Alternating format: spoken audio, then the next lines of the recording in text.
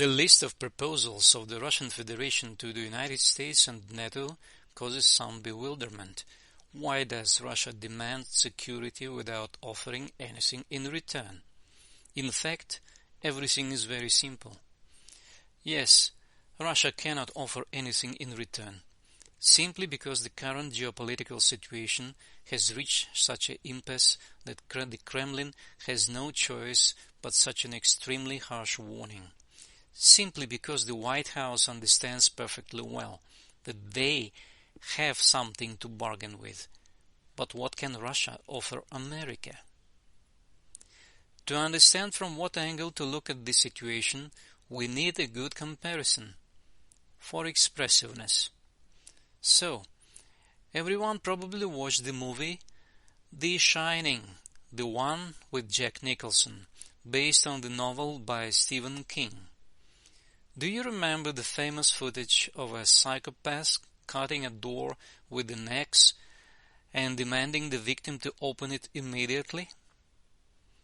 The question is, what kind of bargaining can be in such situation?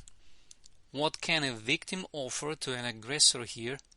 Nothing, simply because the aggressor needs something from the victim, more specifically, to kill.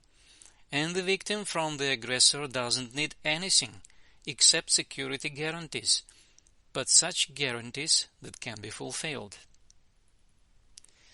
Russia demands from the US, put down the axe, stop breaking down the door, and in general, to move away from the door. Isn't that clear enough?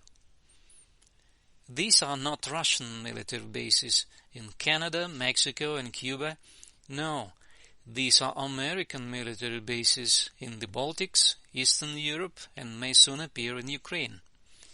Remember what a shock, a wild and panic shock there was in the United States when Soviet missiles appeared in Cuba. The very fact of their appearance there almost provoked a nuclear war. And for some reasons everyone understands that yes, Washington that time could be understood. But why is it impossible to understand Moscow, which demands exactly the same thing? And Russia is not going to start a nuclear war, but so far it only warns that such a situation is unacceptable any longer. The Cuban Missile Crisis was resolved because both superpowers just agreed to provide each other with the very same security guarantees. The USSR removed the missiles from Cuba, and the United States a little later from Turkey. However, Russia does not have Cuba now, and the United States do have Turkey. Therefore, some people, even in the United States, understand that it is rudeness to deny Russia the legitimacy of its demands now. Former U.S. Treasury Secretary for Economic Policy Paul Craig Roberts wrote an article in which he stated his attitude towards NATO and the Kremlin. The relevant material appeared on his personal website.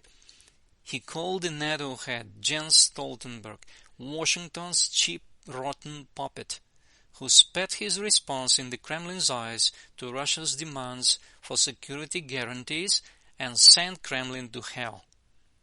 The author of the article also asked whether the Kremlin will continue to pretend that they have not noticed such a statement. It is clear that the Kremlin will not pretend. In fact, scenarios for the further development of events have already been voiced. Russia will give a military response if the North Atlantic Alliance continues to step on the sensitive spots. This was stated on Monday, December 20, by the head of the Russian delegation Konstantin Gavrilov at the Vienna talks on military security and arms control.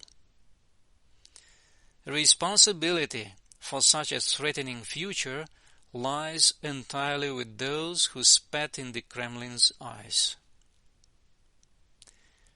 Meanwhile, the psycho doesn't want to remove the axe and move away from the door.